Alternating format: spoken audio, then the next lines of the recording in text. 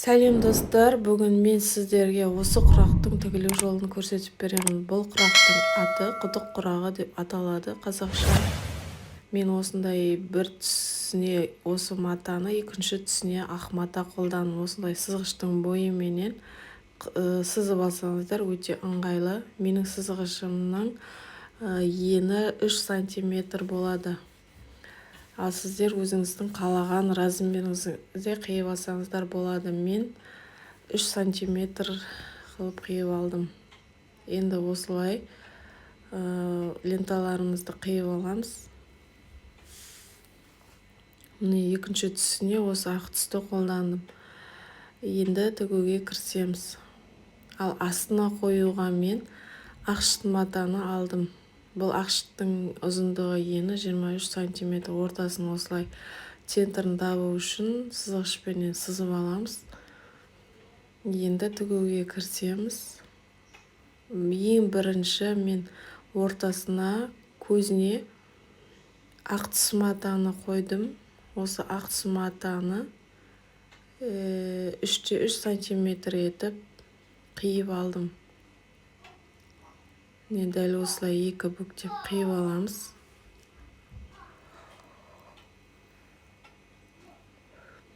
Қиып алған матамызды дәл ортасына қойып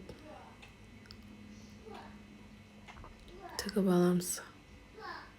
Қойған кезде осы бұрыштары сызықтарменен параллель болу керек. Не көрсетіп жатырмын сол жерлерін. Осындай параллель болу керек. Осылай бір қиып аламыз, тігіп аламыз дегенім. Енді қызыл түс матаны қоямын. Бұл қызыл түс лентамызды қолымызбенен сипағанда түгі төменге қарап жатып тұру керек. Себебі тіккен кезде түгі жоғарыға қарап тұрса, тіккен кезде өте ыңғайсыз. Сондықтан түгі төменге қарап тұру керек. Осылай ізбес 4 бұрышына да тігіп аламыз. Астындағы матаменен біріктіріп, бірдей етіп қиып аламыз тігіп жатып. Осылай дәл видеодағыдай етіп тігіп барамыз. Енді ақ түсті қоямыз.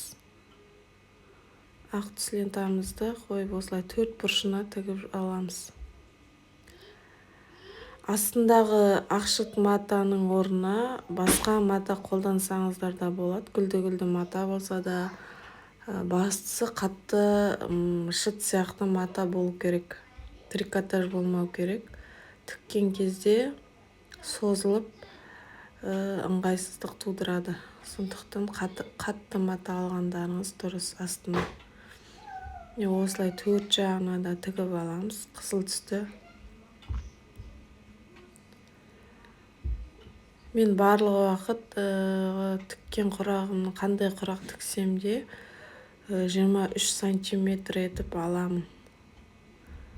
Барлық тігіп жатқан көрпешелерімнің, құрақтарының, блоктарының размері 23 сантиметр қиып аламын.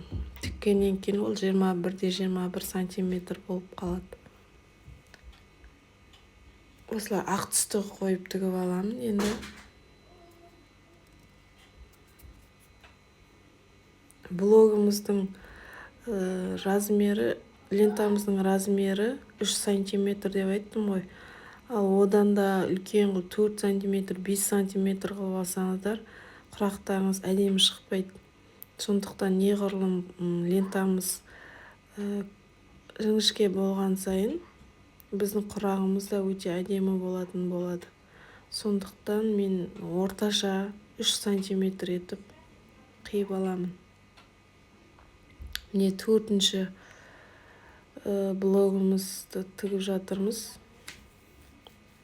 4 бұрышын қызыл түспенен.